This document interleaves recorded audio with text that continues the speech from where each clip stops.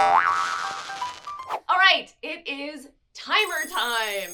So I talk about timers like all the time. They are my go-to for everything. And so I wanted to do a video like specifically on time and timers and how it can help you, but I utilize them all the time.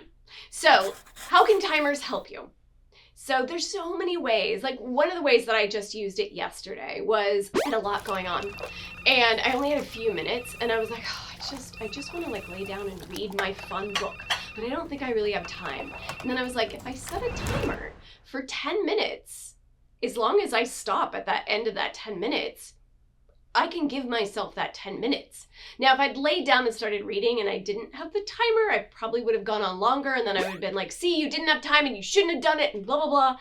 So I set a timer for 10 minutes and 10 minutes is so much longer than you think. So it felt like this little tiny respite where I got to read my really fun book. And the timer went off and I'm like, okay, well, turn it off. And then I moved on to the things that I had to do.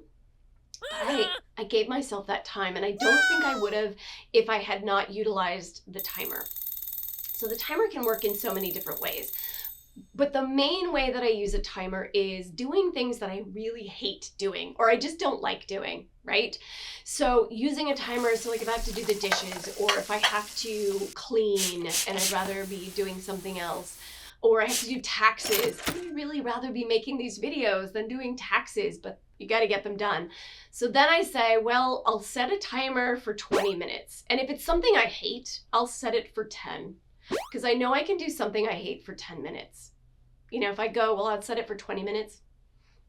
I might not want to do that. So I set it for 10 minutes and I do as much as I can. And it's gotta be really focused. Your phone's gotta be somewhere else and really do it for those 10 minutes. And first of all, you can get so much done in 10 minutes when you are not distracted. And a lot of times, like once I've jumped into something, so if I'm doing taxes and I've jumped into it and I'm kind of on a roll, like I don't wanna stop because I know I can keep going. So the timer goes off and I set it for another 10 and I keep going.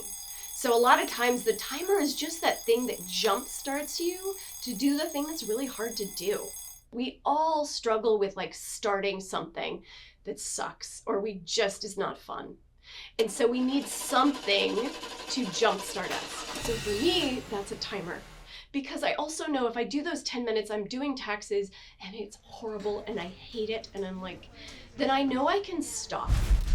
And I can do 10 minutes of something else that makes me happy, or I go for a walk, or I read, or I just get up and move. And then I do another 10 minutes. But I know I can do 10 minutes. And I know at the end of 10 minutes, if I need to, I can stop.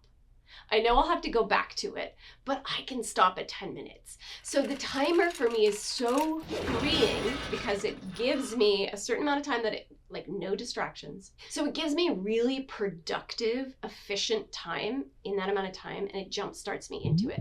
But it also lets me off the hook. If I don't have a timer and I'm doing taxes and I'm like, oh God, I have like 3 hours left of like what I have to do and I can't, like, I don't want to do it. And I just like, the timer goes off and I'm like, oh, hey, I get a break. Like it lets me off the hook. So using timers, that's the #1 way to jumpstart you into something that you don't want to do. Or something, the weird thing is sometimes we want to do something.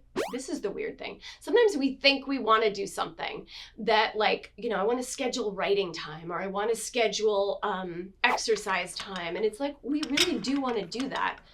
But for some reason, like the starting is hard. And maybe it's because we feel like we have to like exercise for an hour. Oh my God, that sounds horrible. So depending on what you're doing. Again, a timer, like 10 minutes. Well, I'll just write for 10 minutes. I'm going to set the timer. And then sometimes when you're getting into writing mode and it is fun, just like you thought, then you turn the timer off and you just keep writing or you set it again for another 20 minutes or whatever. And you do 30 minutes of timing or exercise, like you do 10 minutes and maybe that's all you do. But the more your body does, the more it wants to do because it understands how good it feels. And the same with the timer, like it feels good. Like I finished my taxes. It was 4.5 hours. Oh my gosh. But I did it and I had to start with the timer because I didn't want to do it and I put it off for days. The timer is like your best friend. It will save you.